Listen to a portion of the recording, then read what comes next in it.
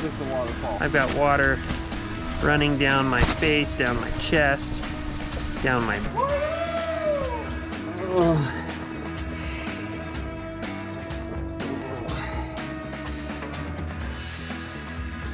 All right, one more pitch to go.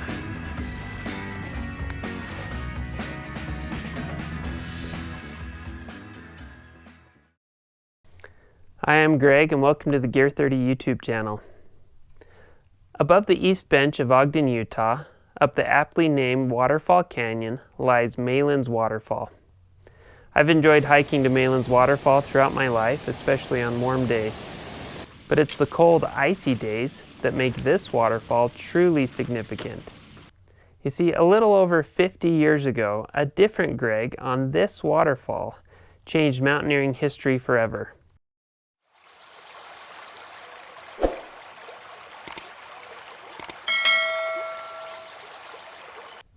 The earliest record we have of people using mountaineering tools that look similar to what we have today is back from about the 1500s, when hunters and shepherds would use an alpenstock, which was essentially a long stick with a metal spike on the bottom, to help them traverse through snowy and icy terrain. Fast forward a couple hundred years to the mid-1700s, and Jacques Belmont and Michel Picard climbed Mont Blanc for the first time. They used this alpenstock as well as an axe to chop steps in the ice. Another 100 years forward, and we get Gravel making the first ice axe. They essentially combined an alpenstock and an axe together into one tool. This was mainly used as a walking stick that could be used for better traction and for chopping steps. And then in the early 1900s, Gravel made the first modern crampon. This allowed climbers much better footing so that they weren't so reliant on an ice axe for traction. This allowed ice axe manufacturers to make shorter and shorter axes, which then allowed people to use them as more of a hand tool that could be swung overhead. In the 1950s and 60s, Hamish McInnes, legendary Scottish mountaineer, continued his innovation of ice axes by making an all-metal ice axe, and then later the pterodactyl, which was essentially a very short axe with a steep pick angle. It was the first modern ice tool. Over here in the States, Yvon Chouinard continued to innovate by making a different pick angle on a PLA, which allowed for a better swing and a better stick when swinging above the head.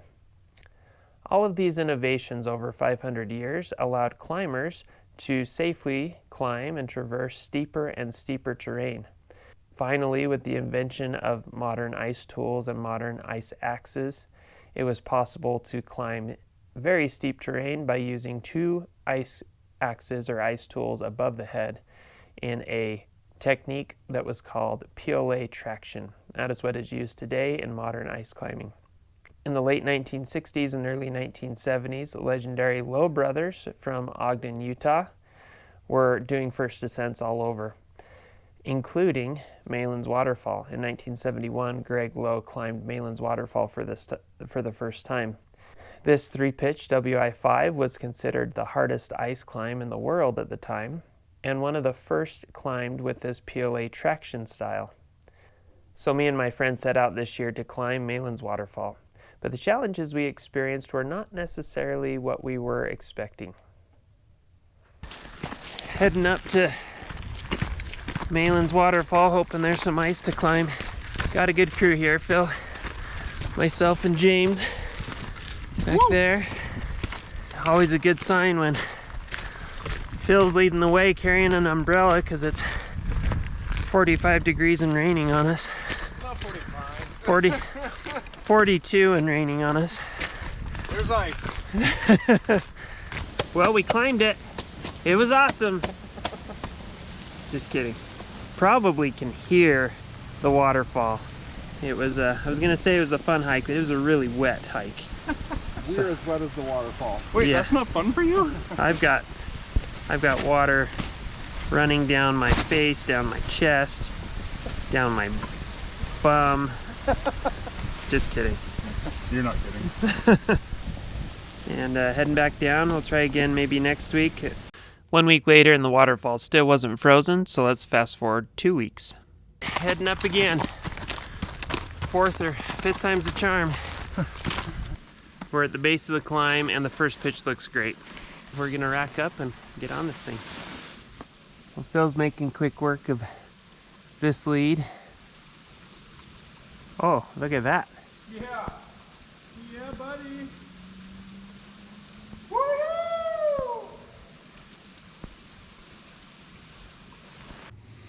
And since the second pitch wasn't in, we just decided to run top rope laps off the first pitch.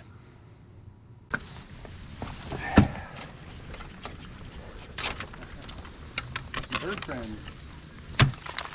Ouch. Got my knuckles.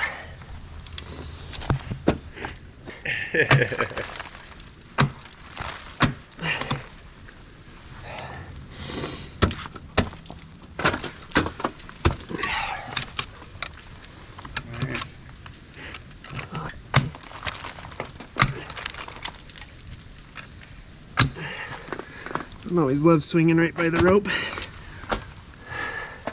Good practice. Accuracy. That's right. Nothing is more motivating for practicing accuracy than messing up and dying. It can handle a good core shot. Yeah. It was nice to get on real ice for a change, but this was just enough to whet our appetite. We were excited to get on the second pitch. Some years the pitch never comes into condition to climb, but with a lot of water running down at this day and a frigid forecast ahead, we were hopeful. So we headed up 1 week later to see what we would find. Say hi, Wes. Hi, Wes. Hi, Wes. No.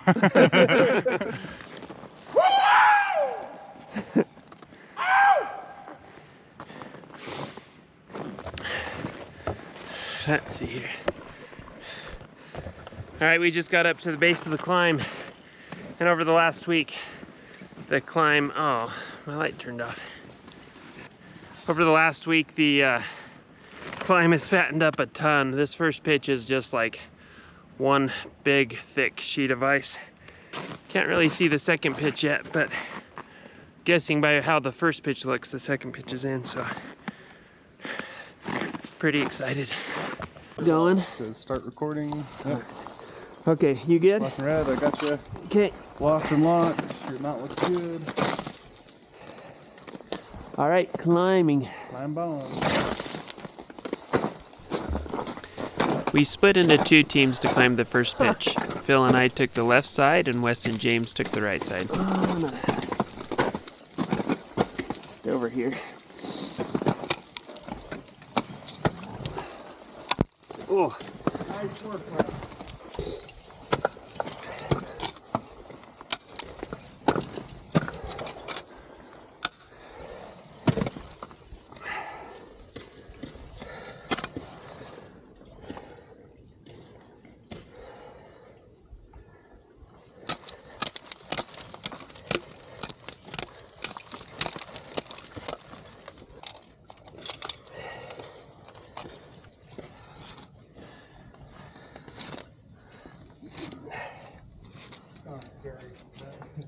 That sounded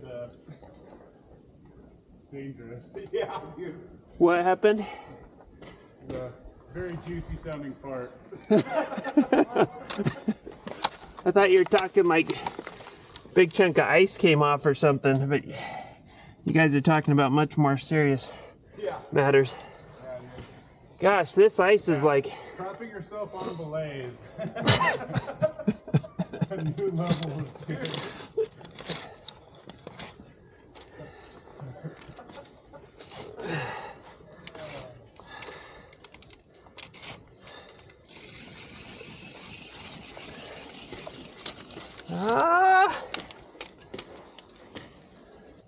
This ice here is just like so full of air. I don't want to climb under West though. What about that left stuff next to you? Same problem, kind of chandeliers? Right here? Yeah. Yeah, it's worse. It's just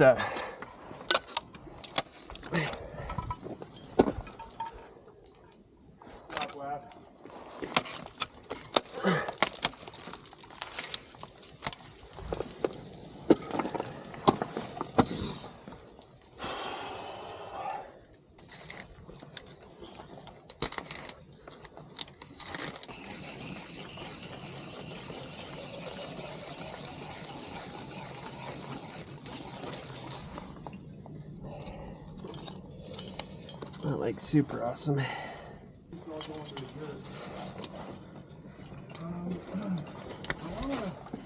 Well, I'm just looking at it, I'm like, not really sure where I'd place screws that I would feel confident in. Over here? Yeah. Yeah, I looked at that. Totally fine for climbing, but it's just all chandeliered ice that's not filled in. Yeah. And it's steep as... Ouch.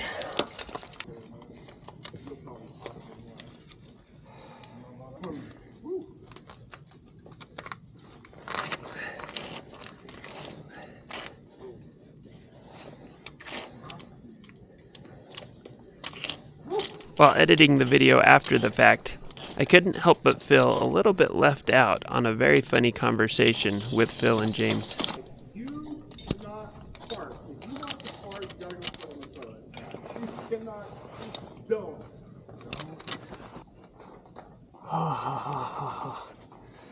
All right.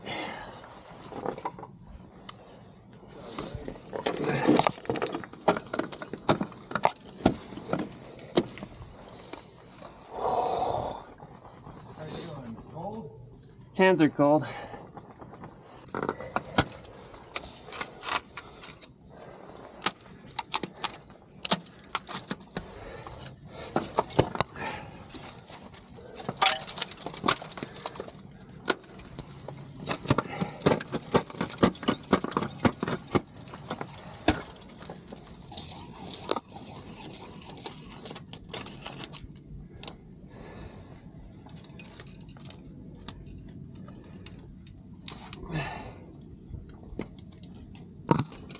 Oh, my fingers are numb.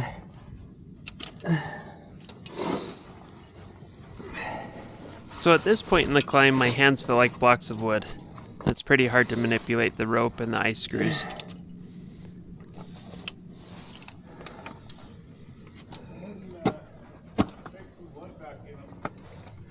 Yeah. So I take a little time to warm them back up. And as the blood goes back in the hands, it starts to hurt really bad. Woo! Ha ha! It's starting to hurt. Woo! This is what ice climbers call the screaming barfies. Woo! Man. Oh, starting to hurt. It's called the screaming barfies because the pain makes you want to scream and barf at the same time. Oh. Wow. I haven't had barfies like this in a long time. If I could describe the pain, it would be something like somebody slamming your hand in the door over and over for a few minutes. Oh. Ha ha ha. Oh, that hurts so bad. Oh. Oh, but they're almost... I can feel them improving. All right, I think I'm through the worst of it. Yeah, Wes!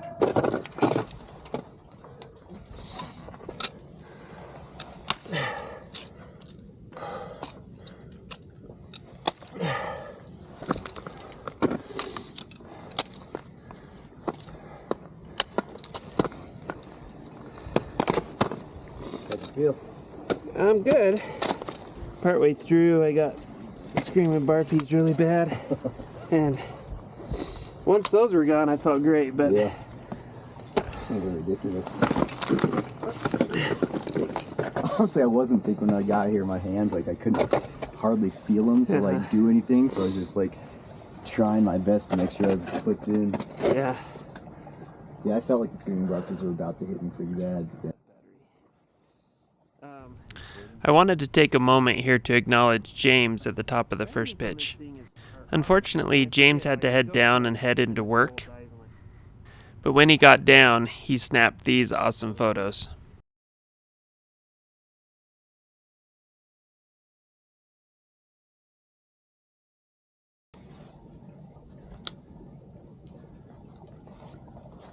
Alrighty.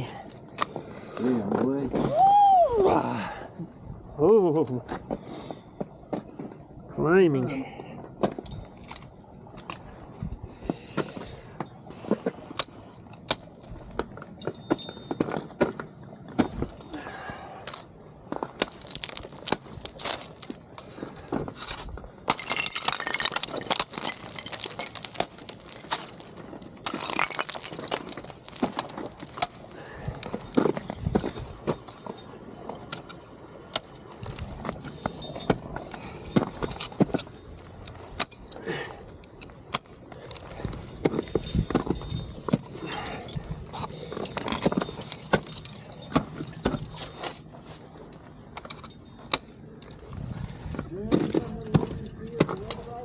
What's that? Yeah, that would be bad, wouldn't it?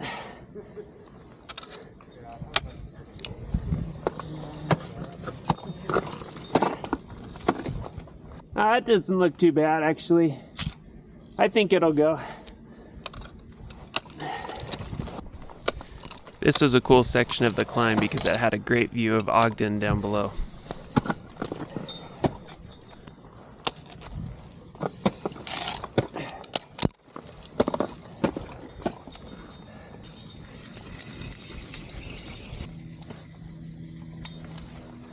All right.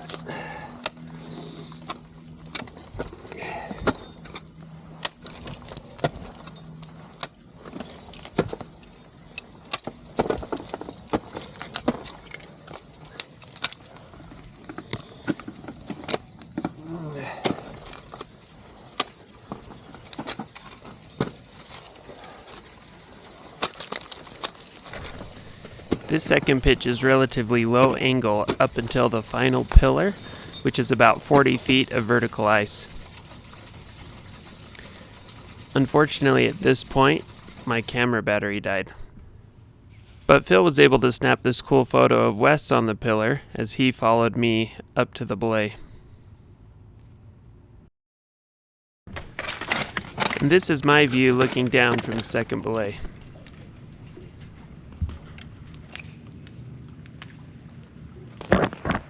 Nice, Wes.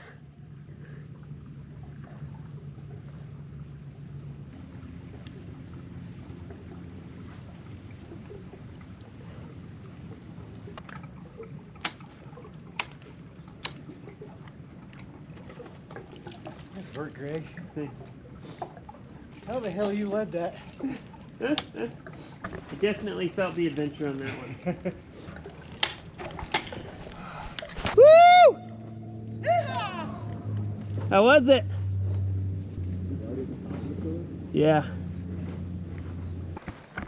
How was it, Phil? It was so good.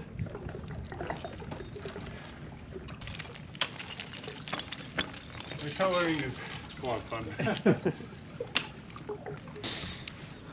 All right, one more pitch to go.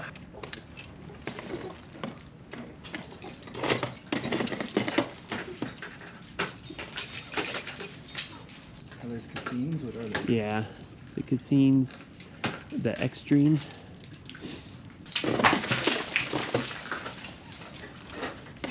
Nice job, Phil. All right, so I'm just heading up the third pitch. Phil just climbed it and brought Wes up. Wes just got up, so now I'm waiting for them to put me on belay. We're gonna hike up and around. There's a descent gully.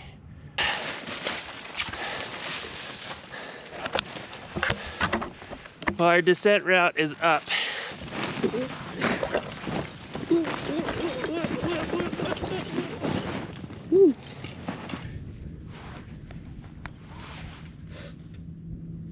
Here's the full waterfall, or at least you can't see the third pitch, but first two pitches.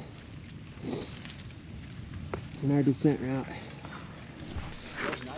Well, the climb was a success. We all had a great time. Malin's waterfall is a classic by any measure. But the fact that it played such a cool role in the history of ice climbing makes it that much better. Thanks for joining us for this video, and we'll see you on the next one.